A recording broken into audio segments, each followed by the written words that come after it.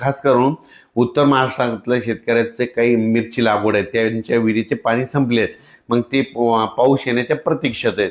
तर त्यांच्या उत्तर महाराष्ट्र कन्नड तालुका, सिल्लोड, भोकरदन, त्याच्यानंतर जळगाव जिल्हा, नंदुरबार जिल्हा, धुळे जिल्हा, त्या शेतकऱ्याला सांगू इच्छितो की पारोळा तालुका, की तुमच्याकडे मात्र 13 तारखेपासून 13 जूनपासून ते 17-18 पर्यंत दररोज वेगवेगळ्या भागामध्ये विखुरलेल्या स्वरूपाचा हे मोसमी पाऊस दाखवलोय. सर्वदूर नाही पडणार, पण वेगवेगळ्या भागात पडणार आहे, म्हणून हे अंदाज शेतकऱ्यांना घ्यायचा. त्याच्यानंतर विदर्भामध्ये देखील अशीच परिस्थिती राहील. विदर्भामध्ये देखील काय होईल, 13 जूनपासून ते 17-18 पर्यंत, 13, 14, 15ला 18, 17-18च्या दरम्यान तिकडे विदर्भात देखील काही जिल्ह्यामध्ये दाखल होईल, पण हे सगळीकडे दाखल होणार नाही, काही भागात होईल. 20 जून ते 30 जून मध्ये होईल, मग त्याच्यामध्ये मात्र आणखीन जवळपास खूप ठिकाणी भरपाई झालेली दिसत. म्हणून शेतकऱ्याला सांगू इच्छितो, पेरणी करत असताना निर्णय स्वतः घ्यावा, कारण की काय होतं, जमिनीमध्ये ओल नसाल, 4 बोटावर पेरणी केली तर ती फेल जाते. म्हणून चांगली ईदभर ओल गेल्याच्या नंतर शेतकऱ्यांनी पेरणीचा निर्णय घ्या.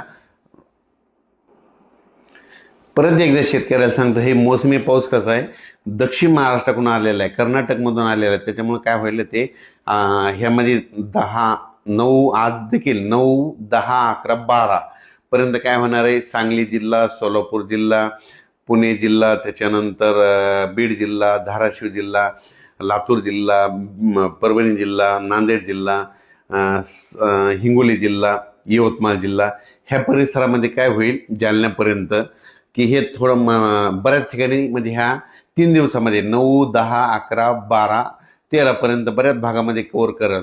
पण काही काही भाग सोडून देखील देईल, काही काही ठिकाणी मात्र खूप देखील पडेल, म्हणून ही देखील सर्व शेतकऱ्यांना घ्यायचं. त्याच्यानंतर मात्र 14 पासून देखील मग मुंबई, नाशिक, नंदुरबार जिल्हा, धुळे जिल्हा, जळगाव जिल्हा, बुलढाणा जिल्हा, अकोला जिल्हा, अमरावती, वर्धा, नागपूर, भंडारा, गोंदिया ह्या पट्ट्यात मग काय म्हणजे विदर्भ, उत्तर महाराष्ट्र, मुंबई, नाशिक, सिन्नर ह्या पट्ट्यामध्ये काय होईल, मग 14च्या नंतर बऱ्याच ठिकाणी मान्सून दाखल झालेले दिसतात. पण याची व्याप्ती खूप नाही, काही भागातच पडेल, काही भाग देखील कमी राहील. मग याच्यामधून जिथं नाही जर झाला तर तिथं 20 जून ते 30 जूनमध्ये परत एकदा पाऊस येणार आहे, मग तिथं त्या ठिकाणी पाऊस येईल. आणि त्याच्यामधून जर काही शेतकरी उरले तर मग 10 जुलै ते 15